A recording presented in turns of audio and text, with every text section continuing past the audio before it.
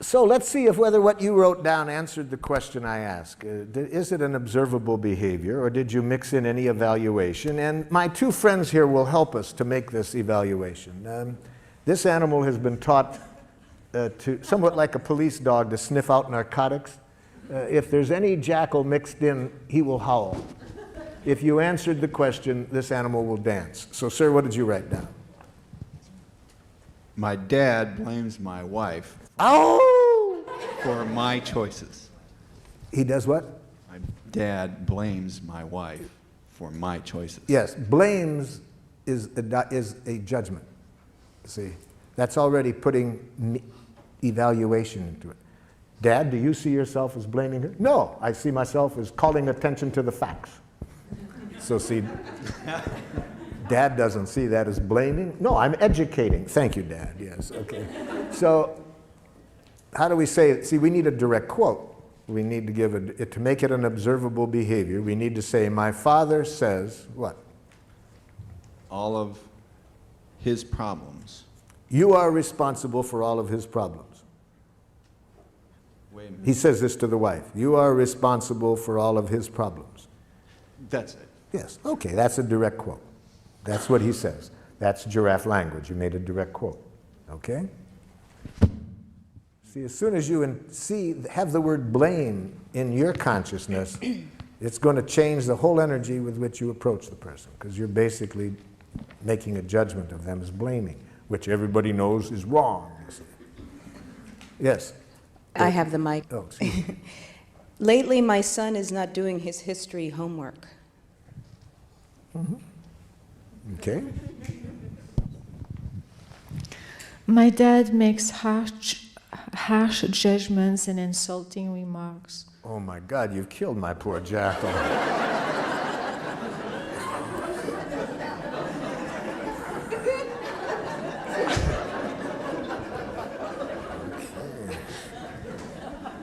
He could have handled the harsh, that was one judgment, but insulting, harsh and insulting, those are two judgments. Actually, he does use insulting words. No, there is no such thing. After today, in fact, seriously, by 4:30 this afternoon, you will never hear another insult. It won't exist. Insults will not exist. I'm going to show you to use some technology today that takes insults and criticism out of the waves, airwaves. So that no matter what your father says, you can never hear another harsh statement or another insult, because we're going to show you today how to use this technology.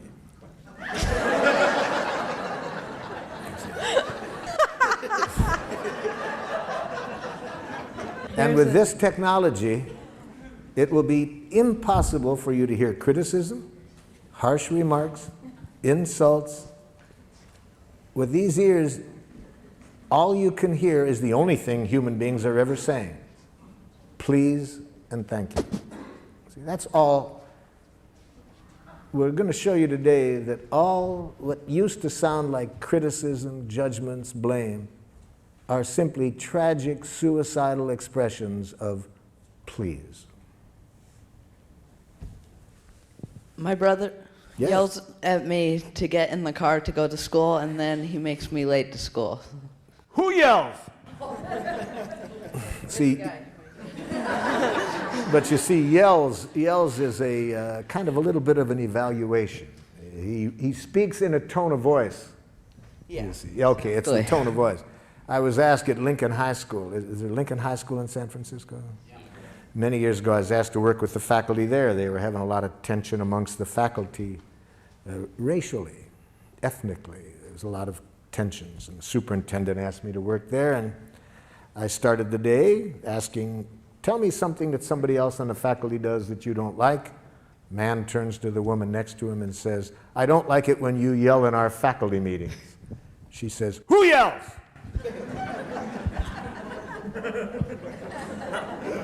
Now, she was from a different culture than this man. See, what was yelling in her culture was quite different.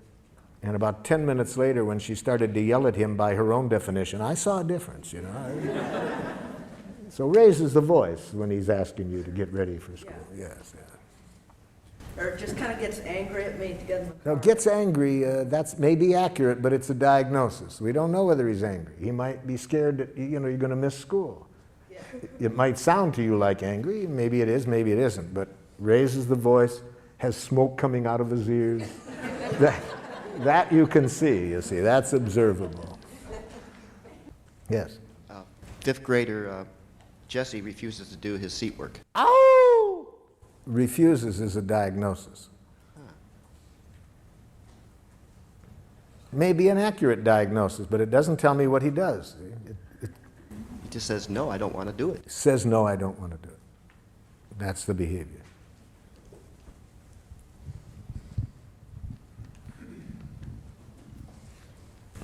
My husband doesn't tell me things which will affect me deeply. Okay.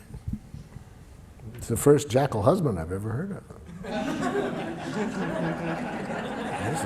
This is a new experience for me today. A student in my class incessantly talks loud, won't stay seated, or keep his hands to himself. I hear about 3 judgments in there. Let's go over it slowly because I hear 3 diagnoses. Say it again so we'll hear the 3 diagnoses.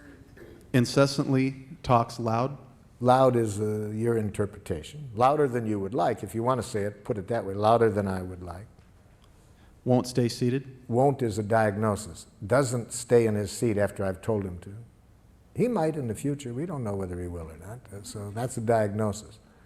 Doesn't at the moment. Doesn't when I ask him to stay in his seat. and does not keep his hands to himself. And does not keep his hands to himself. Mm-hmm. Okay, since coming to the introductory presentation on Tuesday night, I've been very aware of hearing evaluations Yes. in myself and especially in other people. And so I started to wonder, are all of those violent communications, or would there be a way that some of those are, according to this model, nonviolent? I would say that any evaluation of others that implies wrongness is a tragic expression of an unmet need. Tragic in the sense, for 2 reasons. First, it decreases the likelihood that we will get what we want. Even if we don't say it out loud, even if we think it, if we are even thinking that what somebody else does is wrong, it decreases the likelihood that we will get what we want. And second, it increases the likelihood of violence. So what could be more tragic than that, than expressing ourselves in a way that gets in the way of our getting what we want and increases violence? So anything that we want to say that implies wrongness on the part of the other person, I'm suggesting, is a tragic, suicidal expression of an unmet need. Say the need. Learn a need consciousness, which is what we're going to get to now, you see. That's how we evaluate in nonviolent communication. We evaluate from the heart. We make judgments, but we make need-serving judgments. We judge whether what people are doing is meeting needs or not. We don't moralistically judge the person for what they did. We judge whether it's serving life or not, because needs are our direct connection with life. They're the life that's going, needs are the life seeking expression within us. So we evaluate with reference to that. And that requires 2 kinds of literacy, feelings and needs. So let's be sure that we are all speaking the same language when I use the term feelings and